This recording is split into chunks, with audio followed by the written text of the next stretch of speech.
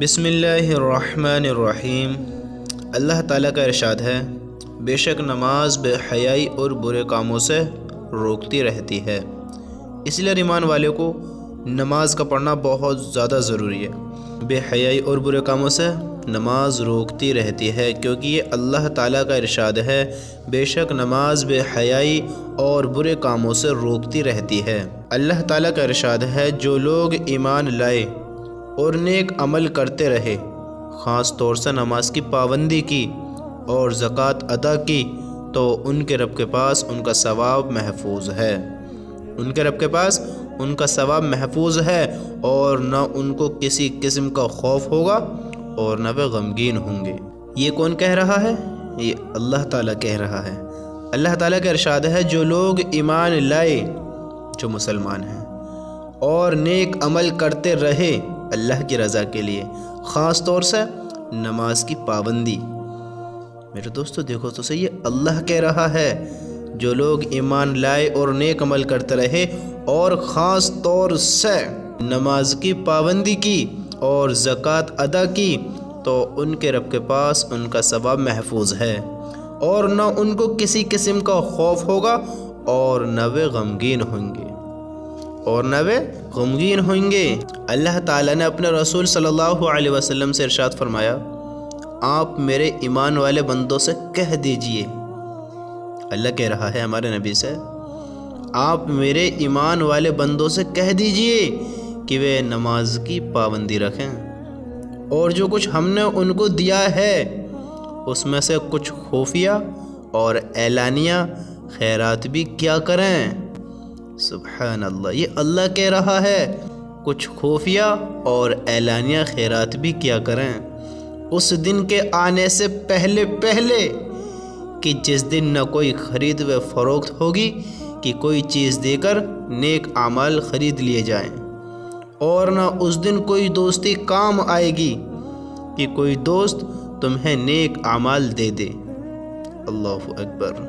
حضرت ابراہیم علیہ السلام نے دعا فرمائی، اے میرے رب، مجھ کو اور میری اولاد کو نماز کا خاص اہتمام کرنے والا بنا دیجئے، اے ہمارے رب، اور میری یہ دعا قبول کر لیجئے۔ کس نے کہا؟ حضرت ابراہیم علیہ السلام نے۔ وہ نبی ہیں جن کو اللہ نے اپنا دوست بھی کہا ہے، وہ کہہ رہے ہیں خلیل اللہ، وہ کہہ رہے ہیں حضرت ابراہیم علیہ السلام نے دعا فرمائی، اے میرے رب، مجھ کو اور میری اولاد کو نماز کا خاص اہتمام کرنے والا بنا دیجئے، اے ہمارے رب، اور میری یہ دعا قبول کر لیجئے۔ میرے بھائیو، حضرت ابراہیم نے نماز کے لیے کہا، اللہ تعالیٰ سے نماز کے لیے کہہ رہے ہیں کہ ہمیں خاص اہتمام کرنے والا بنا دیجئے۔ اللہ تعالیٰ نے اپنے رسول صلی اللہ علیہ وسلم سے ارشاد فرمایا، سورج کے زوال سے لے کر رات کے اندھیرے ہونے تک۔ اللہ تعالیٰ نے ہمارے نبی سے کہا، سورج کے زوال سے لے کر رات کے اندھیرے ہونے تک نمازیں ادا کیا کیجئے، یعنی ظہر، عصر، مغرب، عشاء اور فجر کی نماز بھی ادا کیا کیجئے۔ بے شک فجر کی نماز اعمال لکھنے والے فرشتوں کے حاضر ہونے کا وقت ہے۔ دیکھو نا، اللہ کہہ رہا ہے ہمارے نبی سے۔ تو میرے بھائیو، یہ ہم سب کے لیے کتنی ضروری ہے۔ ایسے سمجھو یہ نماز جیسے اسلام میں ریڑھ کی ہڈی، انسان کے اندر ریڑھ کی ہڈی کتنا مقام رکھتی ہے، یہ گردن کتنا مقام رکھتی ہے، نماز بھی ایسے ہی سمجھو، ہاں، بہت امپورٹنٹ، بہت خاص، اس کا حساب کتاب بھی ہوگا۔ ہاں، تو نمازوں کی خاص پابندی کریں، نمازوں کی اہمیت تو سمجھیں۔ اللہ تعالیٰ نے کامیاب ایمان والوں کی ایک صفت یہ بیان فرمائی، جو بندے کامیاب ہیں، اللہ تعالیٰ نے کامیاب ایمان والوں کی ایک صفت یہ بیان فرمائی کہ وہ اپنی فرض نمازوں کی پابندی کرتے ہیں۔ یہ اللہ کہہ رہا ہے کہ یہ کامیاب لوگ یہ ہیں، ان کی ایک صفت یہ ہے کہ یہ فرض نمازوں کی پابندیاں کرتے ہیں۔ اور سنو، اللہ تعالیٰ کا ارشاد ہے، ایمان والو، جب جمعہ کے دن جمعہ کی نماز کے لیے اذان دی جائے تو تم اللہ تعالیٰ کی یاد یعنی خطبہ اور نماز کی طرف فوراً چل دیا کرو، اور خرید و فروخت یعنی کچھ خریدنا اور کچھ بیچنا، اور اسی طرح دوسرے مشاغل چھوڑ دیا کرو، یہ بات تمہارے لیے بہتر ہے اگر تمہیں کچھ سمجھ ہو۔ اللہ اکبر، یہ اللہ کہہ رہا ہے، یہ بات تمہارے لیے بہتر ہے اگر تمہیں کچھ سمجھ ہو۔ تو میرے بھائیو، یہ کتنا ضروری ہے، کتنا امپورٹنٹ ہے، کتنا خاص ہے، کتنا قیمتی ہے۔ اللہ تعالیٰ کا ارشاد ہے، ایمان والو، جب جمعہ کے دن جمعہ کی نماز کے لیے اذان دی جائے تو تم اللہ تعالیٰ کی یاد یعنی خطبہ اور نماز کی طرف فوراً چل دیا کرو، اور خرید و فروخت اور اسی طرح دوسرے مشاغل چھوڑ دیا کرو، یہ بات تمہارے لیے بہتر ہے اگر تمہیں کچھ سمجھ ہو۔ تو میرے بھائیو، یہ نماز کی اہمیت ہے، نماز کی اہمیت۔ نماز ایسے پڑھی جاتی ہے، نمازوں کی پابندی کرنے والا ایسا کامیاب ہوتا ہے۔ ہاں، حضرت ابراہیم علیہ السلام نے بھی اللہ سے کہا کہ اے میرے رب، مجھ کو اور میری اولاد کو نماز کا خاص اہتمام کرنے والا بنا۔ ہاں اے ہمارے رب، اور میری دعا قبول کر لیجئے۔ انہوں نے کون سی دنیا مانگی تھی؟ کون سا اپنے نے کچھ ویسا مانگا تھا دنیاوی اعتبار سے؟